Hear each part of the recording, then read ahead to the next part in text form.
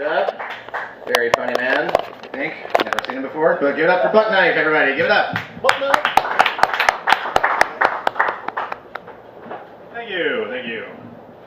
I'm sorry, I'm a little depressed. I turned 44 this year and not getting any younger. Fortunately, I have a much younger wife. In fact, right before I came up, she's great. She came up to me, hugged me, big old kiss, said, "I love you," and I thought, oh, her first words and her first steps at the same time, and I didn't have my phone. Oh, man. It's funny how we met. I think it's funny. Child Protective Services thinks it's questionable, but we met playing video games, which was the only thing I had in my basement to keep her occupied until the Amber Alert ran out. No, she's great. She doesn't like those jokes. She says, people are going to think I'm 12. And I'm like, well, give them 4 years and you'll be right. Don't be in such a hurry to grow up. I mean, you got to cherish this time. She's great. She likes to do a lot of kinky stuff in bed. Last night she spat on me. It was really hot because she had set me on fire and she was too lazy to get water. So our sex life is out there in the parking lot. $5 to watch, 7 to join. She's young. It means her brother is young. He's one of these hipster millennials. Really weak generation, if you ask me. We were in a bar the other day, and two guys squared up on us. I thought he was going to back me up, but instead he just tied a fidget spinner to his man bun and helicoptered out of there. I got to check my vital. My brother-in-law is an idiot, and my real brother is a jerk. We're both half Hispanic, half white. He went full Hispanic. So much to the point where he wears a sombrero and a poncho to work, which is really weird because he's a dental hygienist. I'm kidding. He went full Hispanic. He doesn't have a job. He went real all in with the Trump stuff. I'm a Trump supporter. He's not. To rub it in, this is a true story. Last Christmas, for a gift for me, he made a $50 donation in my name to the Hispanic Legal Defense Fund. It's a true story. So I sued him, got 10 grand. But my dad does not like my job. I'm a private investigator, which is at odds with his job as a criminal. We weren't that bad off growing up. I asked my dad, how do you get money? And he's like, son, a man who keeps his family, his community, and his job in concert will always be rich. And I find out where he lives and I rob the shit out of him. My uncle is crazy, legitimately crazy. He thinks he's a Russian prince, which, to be fair, if you've never heard Purple Rain in Russian, you're really missing out. Thank you.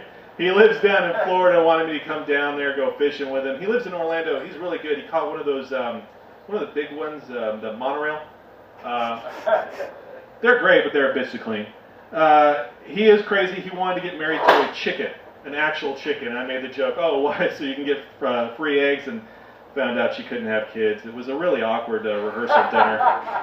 To be fair, they shouldn't have had it at KFC. I think that was just problematic. My mom is the only one that I like.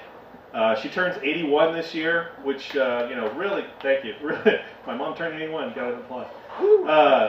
It's a really old age nowadays, but, she's really aware and really funny and really knows her way around town, which is what the competency judge said, that son of a bitch. Trying to get that money. I shouldn't complain, though. I've got a friend who's been in a wheelchair since he was really young, got into a car accident, and he's got a great attitude. I asked him, though, is there anything that really gets to you, anything that just really brings you down? He said, well, one thing I can't stand. Okay. Think about it later. All right, I got three quick ones. Three characters. Okay, the first character is a guy who works at NASA but can't count and can't say the word liftoff. All right, here we go. All right, so we're go flight. Everything's looking green, and we are ready. And almost, and almost, nearly there. Rocket go! All right. The second one is a guy who works at a funeral home and is discussing prices for caskets with his customers, and he went to his manager, and the manager told him a really funny joke. Mr. and Mrs. Johnson, I'm really sorry about your loss. Unfortunately, we don't have that casket at that price, but let me go talk to my manager, and I'll see what I can do. I'm sorry. We're not going to be able to reach that price point, but have you considered cremation? Okay, and the last one, the last one is a really romantic guy who doesn't know how to blow kisses. All right, here we go. Hey, I gotta be heading out, but I just wanted to say that you have my entire heart and soul. You are everything to me, and what I'm basically trying to say is that I love you. All right, I got it. All right, thank you.